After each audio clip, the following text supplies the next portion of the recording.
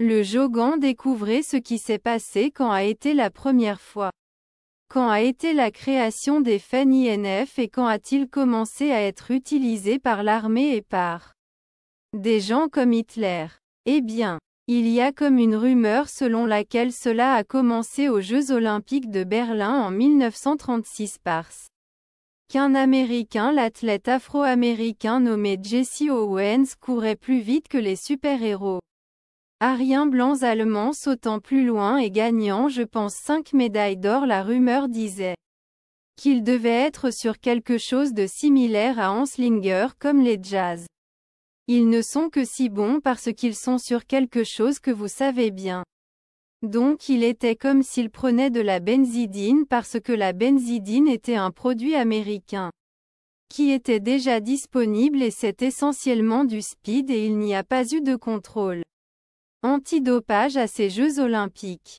Je pense que c'était les derniers Jeux Olympiques sans contrôle antidopage vraiment ouais donc. Tu pouvais tout prendre mais ce n'est jamais personne ne le sait Jesse O il était juste bon tu sais donc mais il y avait un gars appelé Theodore TLA qui était le chef de L'(usine TLA et il a dit à son chimiste Fritz Ouzey après le aux Jeux Olympiques. Nous devons créer une meilleure amphétamine. Meilleure que l'amphétamine américaine. Cela ne pourra plus jamais se reproduire. Comme un Afro-Américain. Il est plus rapide que les Blancs et les Blancs que vous connaissez. Et puis Ouzey était le nom du chimiste sur lequel il aimait faire des recherches sur des amphétamines et il a découvert qu'au Japon, un chimiste appelé Nagi en 1970. Il y a pas mal de temps. En fait, c'était en 1936. Donc déjà 19 ans plus tôt. Un chimiste japonais avait fabriqué de la méthamphétamine et la méthamphétamine est plus forte que l'amphétamine. Alors Ozel a pensé que j'allais le faire. Faire une nouvelle méthamphétamine donc il a trouvé une nouvelle façon de synthétiser les mathématiques. Vous savez, vous pouvez. Il y a différentes façons de faire des mathématiques. Je suppose et il a trouvé une manière spécifique que cette société TLA a ensuite breveté. Le brevet a été délivré à Berlin en octobre 1937 et ensuite ils l'ont mis sur le marché en 1938. La méthamphétamine est devenue disponible. Personne n'a dit que c'était comme une drogue ou quoi que ce soit.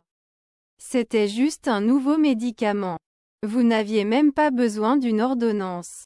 Vous pouviez tout comme un enfant pouvait entrer dans une pharmacie et dire je veux 10 paquets de méthamphétamine et vous savez que c'était pas cher aussi et vous l'avez eu il était marqué. Comme Pervitin nous disons en allemand là c'est il y a petine et pétéine et pavini. Puis est devenu très vous savez à la mode regardez comme c'est inoffensif ce petit contenant. Ressemble à qui pourrait imaginer que c'est comme ça qu'ils vendent des noix de méthamphétamine. Je pense que cela pourrait déjà être le cas et je vais y revenir dans une seconde pour les militaires. Mais d'abord, c'était une drogue qui était juste sur le marché aux États-Unis. Société civile. Il n'y avait pas encore de guerre en 1938. 1938 était en fait l'apogée du régime hitlérien. Les gens l'adoraient. Il y avait le plein emploi. Je veux dire, il y avait l'oppression contre les juifs. Mais si vous étiez comme un national-socialiste, vous pensiez que c'était bien. Fondamentalement, le problème était où je veux dire qu'il y avait beaucoup de problèmes. Mais la réalité était que c'était comme une machine à vapeur. Comme si la société fonctionnait vraiment. Tout le monde avait un travail. Tout le monde participait. Ce qui créait également que c'était fondamentalement un capitaliste moderne. La société qui a également créé beaucoup de stress. Vous devez toujours rivaliser. Vous devez aller de réunion en réunion. L'économie allemande est en plein essor. Les gens adorent la méthamphétamine. Il n'y a pas de café disponible parce que l'Allemagne n'a pas de colonie comme la France où tu sais, ils ne pouvaient pas apporter de café. Je ne sais même pas s'il y avait du café. Tu sais, tu pourrais probablement l'obtenir peut-être quelque part. Mais ce n'était pas normal d'aimer aller dans un café le matin et prendre un café. Alors ça, la méthamphétamine est devenue très populaire. Les ouvriers l'utilisaient dans l'usine. Ils pouvaient, vous savez, augmenter leur production et, les fêtards l'utilisaient parce que c'était aussi cela stimulait votre ego. Donc c'était vous savez que vous allez à une réunion. Une réunion importante dont vous prenez un peu de temps. La méthamphétamine avant. Donc ce n'était pas stigmatisé. Vous savez, c'était juste qu'ils l'appelaient substance améliorant la performance. Donc c'était un terme neutre. Vous savez, ils ont fait des études dans les universités. Montrant que c'est en fait bon contre tout aussi contre la dépression et cela augmenterait votre libido et c'était comme si les gens pensaient que c'était la meilleure chose. En fait, aucune étude n'avait encore été réalisée sur la dépendance. Ce qui est évidemment un problème de mathématiques. Mais nous devons aussi comprendre que cette méthamphétamine le TLA produit n'est pas le cristal. Meth qui est produit dans une remorque quelque part que vous connaissez dans le sud d'un état du sud ou alors je ne sais pas. C'est différent. Vous le savez. A été fabriqué par une société pharmaceutique. La façon dont j'ai découvert le pétéine était en fait. C'est en fait une histoire drôle parce que je ne savais rien de personne ne savait rien des nazis. Et des drogues comme je l'ai déjà dit et en 2010. Je demande à un de mes amis qui est DJ à Burin. Alex s'appelle, je lui ai dit que devrais-je écrire ensuite. Quel devrait être mon prochain livre parce que j'ai 3 romans et je ne sais pas ce que je vais écrire le 4e roman et il a dit que tu devrais écrire sur les nazis et de la drogue.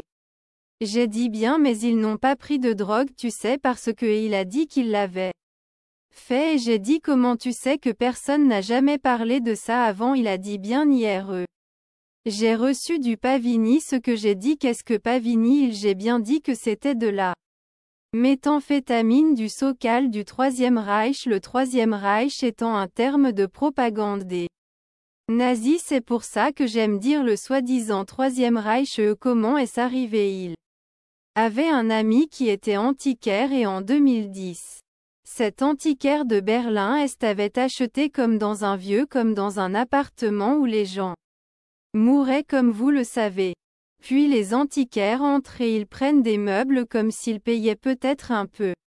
Ils aiment qu'il ait acheté une pharmacie et il a ouvert la pharmacie et il y avait du Pavini à l'intérieur des années 1940 et cet antiquaire qui était un ami d'Alex le DJ. Il l'a regardé et il a dit sur l'emballage qu'il contenait de la méthamphétamine. Il est comme quoi alors il a pris avec son partenaire. Ils étaient curieux tu sais et plus tard. J'ai rencontré ce gars et il a dit que pendant un mois. Nous avions pris ce Pavini et c'était tellement génial. Il a dit que ce n'était pas trop fort. C'était que ça nous rendait heureux. Nous étions très actifs. Nous travaillions beaucoup. Nous avions du bon sexe c'était génial et puis Alex le DJ étant très intéressé par toutes sortes de drogues. Il en a également pris et il m'a dit cela dans ma tour d'écriture à Berlin. Il a dit qu'après le premier pétéine, il pouvait sentir que quelque chose se passait. Vous savez, là-bas c'était comme une augmentation du niveau d'énergie. Puis j'en ai pris une autre et ce sont des pilules qui avaient environ 70 ans et elles étaient toujours amusantes. Elles travaillaient toujours et puis j'en ai pris une 3e et mon câble d'écriture était juste au bord de la rivière à Berlin et il y avait comme un gros navire qui passait et il a dit et je me sentais comme ce navire quand les gros moteurs se sont allumés et le SH comme la poussée du moteur comme faire avancer tout le grand navire c'est ce que j'ai ressenti après 3 comprimés. J'ai dit que c'était insensé.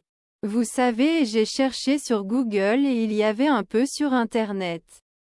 Il y avait un historien de la médecine qui avait un type totalement inconnu. Mais je veux dire un chercheur qui avait écrit quelque chose de 2 pages que le German Blitz. Krieg qui est le mot allemand pour speed war. Comme la stratégie des nazis. Comment mener une guerre n'était possible que grâce à la méthamphétamine à cause de ce Pavinier. J'ai lu ceci et j'ai dit que c'était fou. Peut-être que je devrais écrire à ce sujet et je ai contacté. C'est une histoire très étrange. Comment cela est arrivé? Vous savez, j'ai contacté cet universitaire. Il était à L'Université de J'ai voyagé là-bas. Je l'ai rencontré et il a dit ouais. Il y a en fait beaucoup plus à trouver mais je n'avais tout simplement pas à ce moment-là parce qu'il enquêtait sur toutes sortes de choses. Vous savez, c'était juste un de ses projets parallèles et il m'a donné les signatures dans les archives. Vous obtenez une signature. Chaque document a une signature et il m'a donné comme le des signatures où je peux trouver. Comme tous les documents sur les mathématiques à époque nazie. C'était dans les archives militaires de l'Allemagne qui sont hébergées à Fribourg dans le sud de l'Allemagne. L'Allemagne est un pays décentralisé donc toutes les archives ne sont pas à Berlin pour par exemple. Les archives militaires se trouvent dans cette petite ville appelée Fribourg. Les archives militaires sont presque plus grandes que la ville que vous connaissez parce que l'armée allemande a fait tellement de conneries. Vous savez, au cours de la première, nous avons vraiment perdu 2 guerres mondiales. Je veux dire, c'est tout à fait un record du monde pour bien sûr. Et tout ce que les armées allemandes ont fait est documenté parce que les Allemands aiment documenter comme si tout était écrit. Donc les archives militaires sont énormes et parce que j'avais les signatures de ce type. Il a essentiellement fait le travail pour moi. Je pourrais regarder dans tous les dossiers. Puis j'ai réalisé que l'armée allemande utilisait de la méthamphétamine et c'est une autre histoire. Intéressante. Comment cela s'est produit parce qu'un professeur appelé Ranka était à la tête de l'Institut de physiologie de la défense de l'armée allemande et, en gros, son travail était d'améliorer la capacité de combat du soldat. Donc il faisait des recherches en 38 sur comment combattre la fatigue. Car il a dit que ce ne sont pas les Russes, notre plus grand ennemi, ni les Britanniques, ni même les Français. Vous savez, notre plus grand ennemi est la fatigue parce que vous êtes fatigué le soir. Tu te battes toute la journée et ensuite tu as besoin de dormir. Quel gâchis, tu sais que ce n'est pas bon. Il cherchait un moyen de vaincre cet ennemi d'or ouais et puis quand Pavini est arrivé sur le marché, il a commencé à lire des études faites par des universités et elles montrent très clairement qu'en mathématiques et je pense que c'est une expérience que les gens qui ont consommé de la méthamphétamine probablement avec le signe que vous savez que vous ne dormez pas autant. Vous savez que cela vous empêche de dormir à cause de toute votre dopamine est libérée. Donc votre cerveau est essentiellement en mode combat ou fuite. Comme votre méthamphétamine vous rend extrêmement alerte sur une très longue période de temps. Puis à un moment donné, évidemment, vous descendez et vous ressentez l'envie de le reprendre. C'est ainsi que la dépendance fonctionne mais il ne l'était pas. Vous savez, en regardant les problèmes de dépendance, il regardait juste. Est-ce que ça marche vraiment de garder un soldat éveillé peut-être pendant 2 heures de plus sur le champ de bataille parce qu'il y a ce dicton de époque napoléonienne. Les 15 dernières minutes d'un bataille. Ce sont les 15 minutes décisives. Comme celui qui gagne à la fin. Qui gagne? Vous le savez bien. Donc si vous avez quelque chose qui maintient votre homme éveillé plus longtemps que l'ennemi, alors vous avez un avantage décisif. Alors il a fait des tests. Je ne sais pas. J'ai comme s'il y avait des photos de cela dans mon livre Blitz où vous voyez des jeunes médecins. Comme s'ils travaillaient dans une institution qui formait des médecins pour l'armée allemande. Alors il a donné à ces jeunes gars du café à la méthamphétamine placebo juste pour vérifier. Vérifier et savoir s'ils peuvent supporter plus longtemps la méthamphétamine et s'ils le pourraient. Ils pourraient en fait. Ils étaient plus actifs. Comme ces tests ont commencé à 20 heures. Et est allé jusqu'à 10 heures et les gens qui prenaient de la méthamphétamine semblaient éveillés toute la nuit. Vous savez qu'ils remplissaient. Vous savez qu'ils avaient des tests comme si vous deviez dessiner des choses ou répéter des ordres. Ou résoudre des questions mathématiques et les mathématiciens étaient comme j'y suis allé jusqu'à 10 heures et puis certains ont dit et maintenant nous voulons sortir comme non alors ils voulaient faire la fête pendant que les gens du cinéma je ne sais pas si nous pouvons voir cette image. C'est plutôt drôle. Pouvez-vous tirer ça pas comme si ton micro était allumé sur Jamie? Je ne sais juste pas lequel c'est que je regarde. C'est juste qu'il y a beaucoup d'images dans leur allez ouais celui-là donc ces gars sont tous bien mélangés. Tu vois comme monter peut-être que tu vois comme le S tu sais dormir là c'est S signifie briller. Qui est placebo à sa gauche c'est un gars pervitine il est plutôt content à sa droite c'est un gars.